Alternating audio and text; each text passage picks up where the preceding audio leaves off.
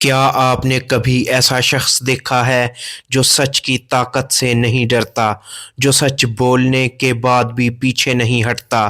وہ شخص جو اکیلا تھا مگر پورے نظام پر بھاری تھا، جس کے پاس نہ فوج تھی، نہ محل، نہ عہدہ، لیکن جس کی زبان پر سچ تھا اور جس کے دل میں خوف خدا۔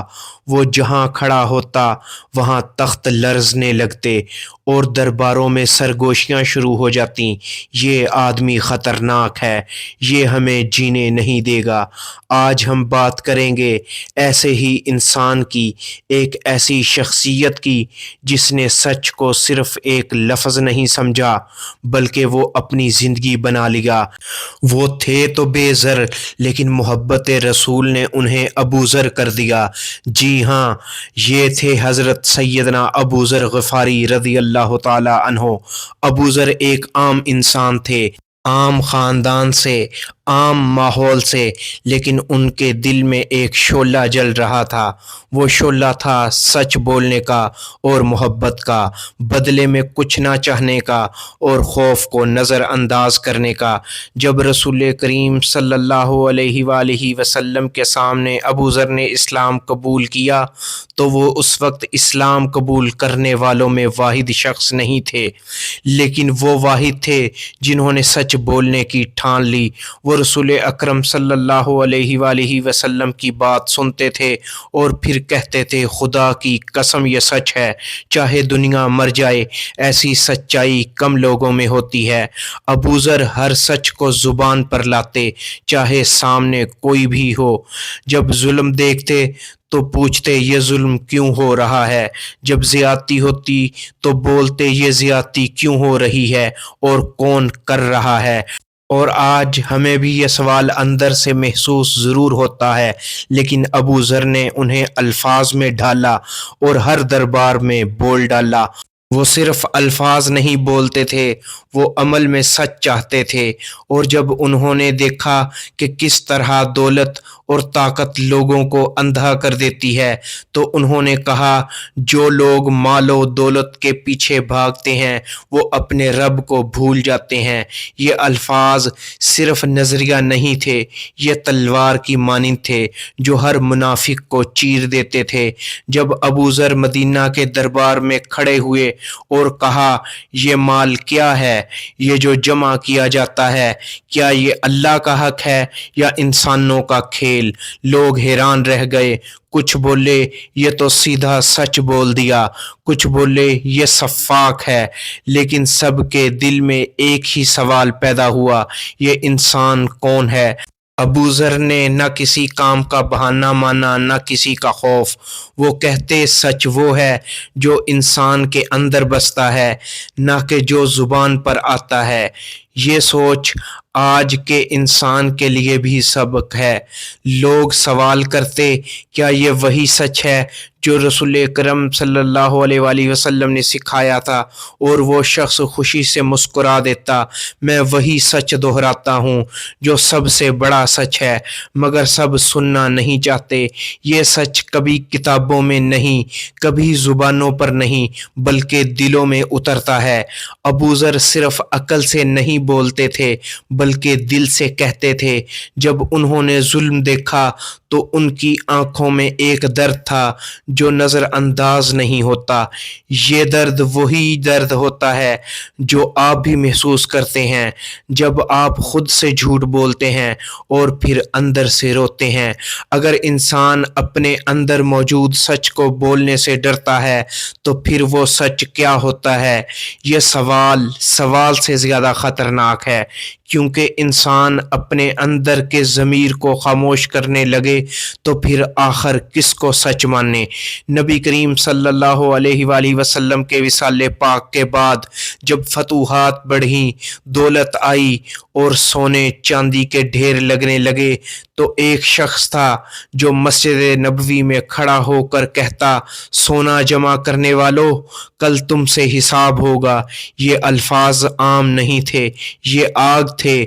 ابو ذر قرآن کی وہ آیات بلند آواز سے پڑھتے جنہیں سن کر امیر لوگ نظریں جھکا لیتے اور جو لوگ سونا اور چاندی جمع کرتے ہیں اور اللہ کی راہ میں خرچ نہیں کرتے، انہیں دردناک عذاب کی خبر دے دو۔ یہ الفاظ سچ تھے مگر تلخ تھے، اور تلخ سچ ہر دور میں ناپسند کیا جاتا ہے۔ مدینہ میں بات پھیل گئی، ابو ذر لوگوں کو ہمارے خلاف کر رہے ہیں۔ کوئی کہتا یہ غربت کو بغاوت بنا رہے ہیں، کوئی کہتا یہ نظام کے لیے خطرہ ہیں۔ حضرت ابو ذر کسی کا نام نہیں لیتے تھے، لیکن آئینہ سب کو دکھاتے تھے۔ وہ کہتے جس گھر میں رات کو پڑوسی بھوکا سوئے وہاں دولت حرام ہے۔ سوچئے یہ جملہ آج کے دور میں بولا جائے تو تب بھی خطرناک تھا، آج بھی ہے۔ آخر کار فیصلہ ہوا ابو ذر کو مدینہ سے نکال دیا جائے، انہیں شام بھیجا گیا۔ سوچا گیا کہ شاید وہاں خاموش ہو جائیں گے، لیکن سچ جگہ بدلنے سے خاموش نہیں ہوتا۔ شام میں بھی ابو ذر نے وہی کہا جو دل میں تھا، محلات بنانا جرم نہیں مگر فاقہ کشوں کو بھول جانا جرم ہے۔ اب معاملہ سنگین ہو گیا، دربار میں ایک جملہ گونجنے لگا، یہ آدمی ہم سب کو بے نقاب کر دے گا۔ آخر کار انہیں ربضہ نامی ویران مقام پر بھیج دیا گیا، نہ شہر، نہ لوگ، نہ سہولت، صرف صحرا، خاموشی اور اللہ۔ وہاں حضرت ابو ذر اپنی بیوی اور بیٹی کے ساتھ رہتے تھے۔ کھانے کو کبھی کچھ ہوتا، کبھی کچھ نہیں، لیکن زبان پر کبھی شکوہ نہیں آیا۔ وہ کہتے میرے لیے یہی کافی ہے کہ میرا رب مجھ سے راضی ہو۔ یہ وہ مقام تھا جہاں طاقتور ٹوٹ جاتا ہے، لیکن ابو ذر مزید مضبوط ہو گئے۔ آج سوال یہ نہیں کہ ابو ذر کون تھے، سوال یہ ہے کہ اگر ابو ذر آج ہوتے تو کیا ہم انہیں برداشت کر پاتے؟ کیا وہ آج بھی خطرناک کہلاتے؟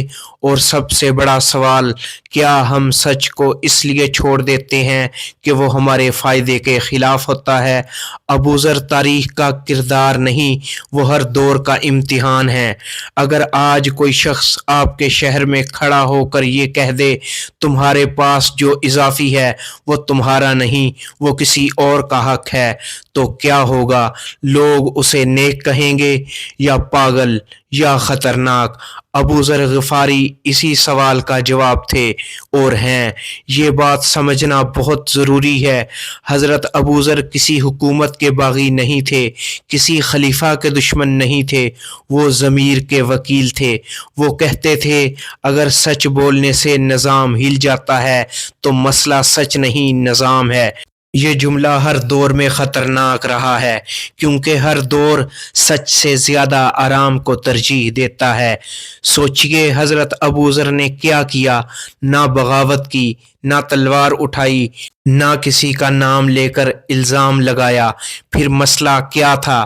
مسئلہ یہ تھا کہ وہ قرآن پڑھتے تھے، وہ نبی اکرم صلی اللہ علیہ وآلہ وسلم کی بات دہراتے تھے اور وہ عمل کی بات کرتے تھے۔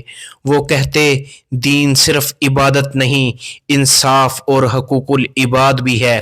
یہ بات ہمیشہ مشکل رہی ہے۔ نبی کریم صلی اللہ علیہ وآلہ وسلم کی پیش گوئی یاد آتی ہے۔ آپ سرکار صلی اللہ علیہ وآلہ وسلم نے فرمایا ابو ذر تم اکیلے جیو گے، اکیلے مرو گے اور اکیلے ہی اٹھائے جاؤ گے۔